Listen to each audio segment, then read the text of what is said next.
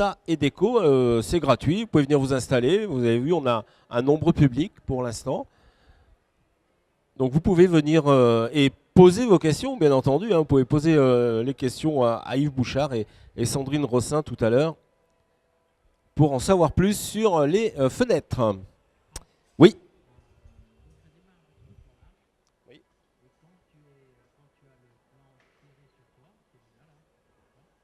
Ouais. Ok.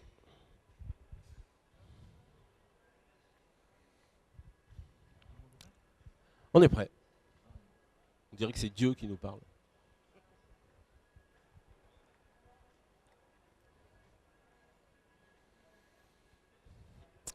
Bonjour, bienvenue donc en direct hein, sur le salon Habitat et Déco de Mâcon. On est très heureux de vous accueillir pour ce premier direct avec Yves Bouchard, la menuiserie Bouchard. Bonjour Yves. Bonjour. Alors on va parler de fenêtres, on va parler de votre métier, mais en un mot, vous pouvez me parler de votre société. Ça fait combien de temps qu'elle existe? La société Bouchard Frères, elle existe sous ce nom-là depuis 2006, mais Oui. la société existe depuis beaucoup plus longtemps sous le nom de Bouchard Père et Fils, puisque c'est mon grand-père qui l'a créé. Ah oui. Donc on est la 3e génération et elle a servi D'accord. au service de la clientèle, donc c'est pas récent. Ah, alors donc une grande expérience dans les Oui. fermetures, les fenêtres. Oui, oui. Ouais, Oui, d'accord. oui, on a toujours fabriqué nos fenêtres bois, ce qui est toujours le cas. Et Alors, actuellement, on est installé à Saint-Bonnet-en-Bresse où il y a l'atelier et bureau à Châtenois-le-Royal. d'accord. Alors, rénovation de fenêtres, ça veut dire qu'il faut aller chez le client, faire des diagnostics et leur proposer les meilleures fenêtres. Bah, tout à Comment fait. ça se passe? On va chez le client, on prend on discute d'abord de quel produit il souhaiterait. Oui, parce qu'on peut dire que vous faites à peu près tous les produits, le bois, l'alu. On fait tous les produits, on fait le bois, l'alu, le PVC, le mixte bois alu, le mixte PVC alu. Donc on a aussi des portes même en acier, donc on a Oula, oui, tout le en effet. panel devant nous. Fenêtre, panel qui est assez porte, très large. porte-fenêtre, double porte. Fenêtre, porte-fenêtre, baies coulissantes galandage, c'est-à-dire qui se replient dans qui les rentre à murs. l'intérieur. Donc on n'a pas beaucoup de limites. Mais votre métier est assez compliqué pour la rénovation parce qu'il faut respecter, si c'est une ancienne maison Oui. qui a du caractère, il faut respecter un certain nombre de choses. Et oui, il faut que le produit soit adapté et il faut surtout déjà qu'il plaise au client. Il faut que le client soit en phase avec le produit. D'accord. La plupart du temps, le client a déjà sa petite idée. Après, bon, quand on en discute, ça peut changer. Alors ça peut changer parce que vous allez mettre forcément votre avis et votre expérience Voilà. pour le style de la maison. Il Oui, faut que ça corresponde. Puis on va le conseiller sur le produit qui est adapté, sur les couleurs, sur la méthode de montage de la fenêtre, parce que d'un chantier à l'autre, c'est différent. Nous, on privilégie la découpe de l'ancien cadre de manière à conserver le minimum de l'ancienne fenêtre. Alors, découpe de l'ancien cadre, pour nous expliquer, vous enlevez carrément le... On enlève le plus possible, on démonte carrément l'ancien cadre de manière à tout remplacer, à repartir sur une bonne base pour avoir déjà une fenêtre qui soit le plus grand possible en vitrage. Parce que quand on se remet dans l'ancien cadre, eh ben, on diminue les surfaces vitrées, donc on diminue les apports solaires, on diminue les performances thermiques, on diminue tout. Alors, en plus, maintenant, avec toutes les innovations, j'ai l'impression que les fenêtres s'agrandissent. Enfin, l'espace vitre s'agrandit de plus en plus, non? Oui, l'espace vitre s'agrandit de plus en plus, surtout avec l'aluminium, puisqu'on travaille avec des ouvrants cachés. Donc c'est des ouvrants minimales. Et on a 20% de clarté en plus. Ce qui n'est pas négligeable, puisque dans une fenêtre, c'est le vitrage qui est le plus isolant. Bien sûr, ouais. Donc ça augmente la performance de la fenêtre. D'accord. C'est long pour changer une fenêtre. Je veux dire, on a froid pendant ce temps ou comment oui, vous faites? On a froid pendant ce temps, oui, mais bon, on est capable de protéger un petit peu l'arrière de notre travail. Et on peut mettre une bâche quand on est en période où il fait très froid. Mais enfin, bon, chez nous, on n'a quand même pas des froids. Oui, on n'est pas au pôle Nord. Oui, non, ça va, effectivement. Les clients s'en accommodent facilement. On n'a pas trop de soucis de ce côté-là. En termes d'habillage, vous pouvez m'expliquer un peu quelle est la tendance en ce moment? Est-ce qu'il y a une tendance d'ailleurs? Oui, en ce qui nous concerne, on vend de plus en plus d'aluminium. Le PVC est un petit peu plus en perte de vitesse chez nous. Après, je ne sais pas si c'est le cas chez tout le monde, mais... C'est quoi la différence?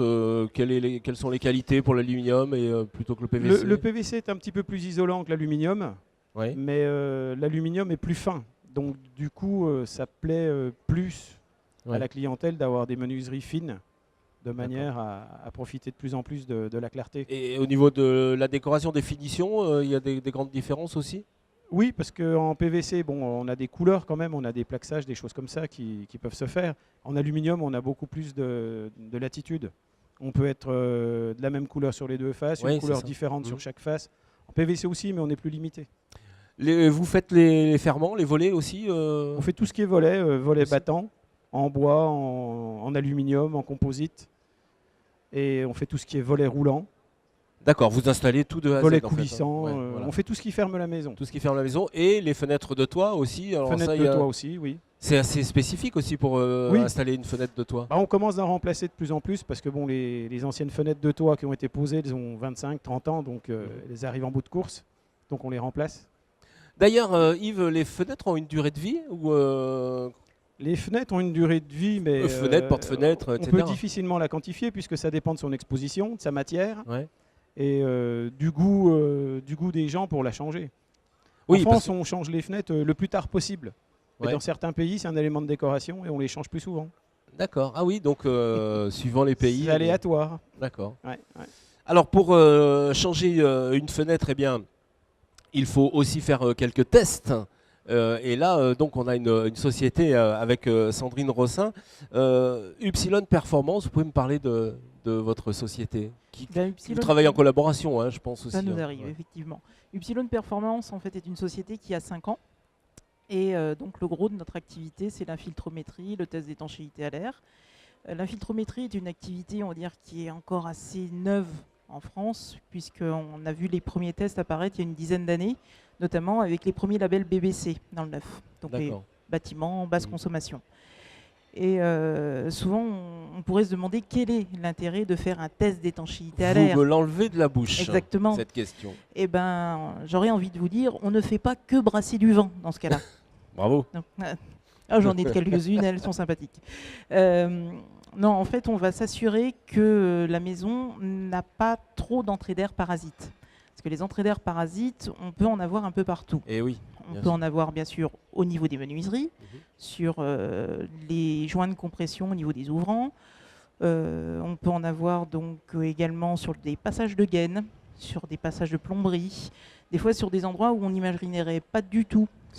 Mais comment vous faites pour voir tout? Vous avez des outils particuliers Effectivement, on a une porte soufflante.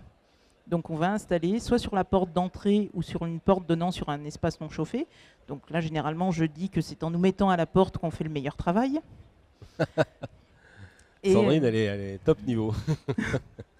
et en fait, on va mettre la maison en dépression ou en surpression. Donc on D'accord. a un ventilateur qui s'installe dans cette porte soufflante. Et on va amener la maison à avoir une différence de pression de 50 pascal. D'accord. Donc on pourrait dire 50 pascal, c'est énorme.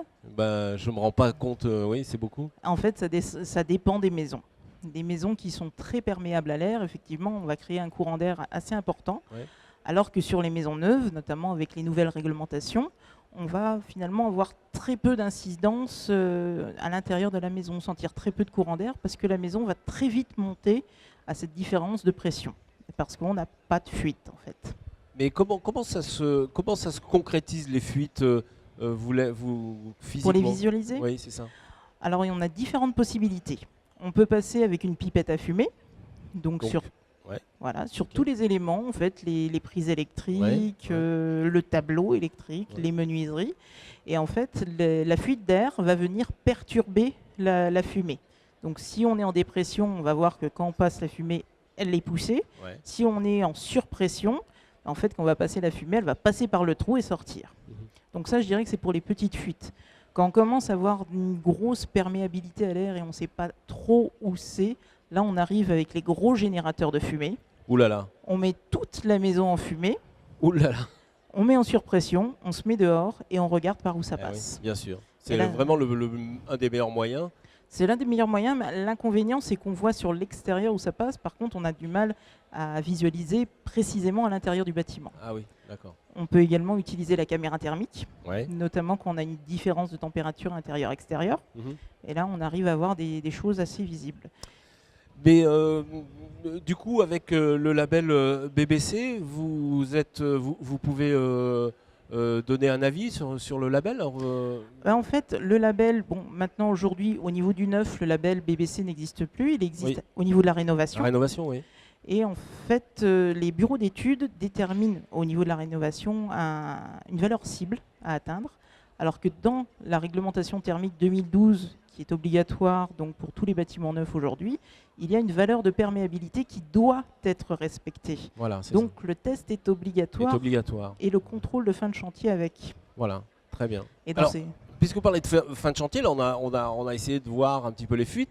Et après, vous revenez, vous réintervenez sur le chantier rénové pour vérifier si tout est OK?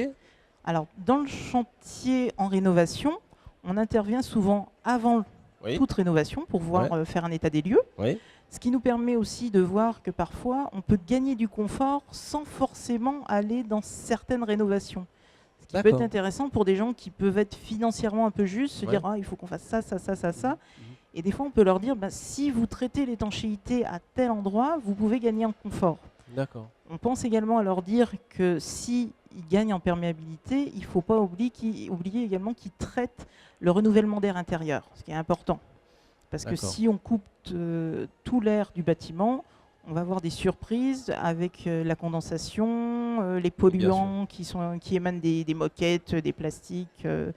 Donc de bien penser à la Et ça, qualité d'air vous pouvez intérieur. donner des conseils, vous, Tout à fait. à ce sujet À ce sujet, tout à fait, Bien sûr. oui. On peut orienter la personne, dire en fonction de son bâtiment. On peut également vérifier si son installation de ventilation mécanique contrôlée a des débits suffisants, puisqu'on Ouais. peut, on peut faire les mesures de débit aux bouches de soufflage ou d'extraction.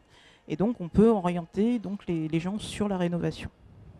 Très bien, c'est très très intéressant, mesdames, messieurs. Donc je vous conseille de venir nous rencontrer ici sur le salon Habitat et Déco. Hein. C'est ouvert jusqu'à 20 h tous les jours. Donc n'hésitez pas, sauf le lundi, ça sera à 19 h. Mais voilà. Donc vous pouvez venir rencontrer Sandrine, vous pourrez rencontrer Yves. Je pense que vous avez pas mal de conseils. Et en tout cas, vous avez vu, ils sont très abordables. Vous pouvez leur poser toutes les questions.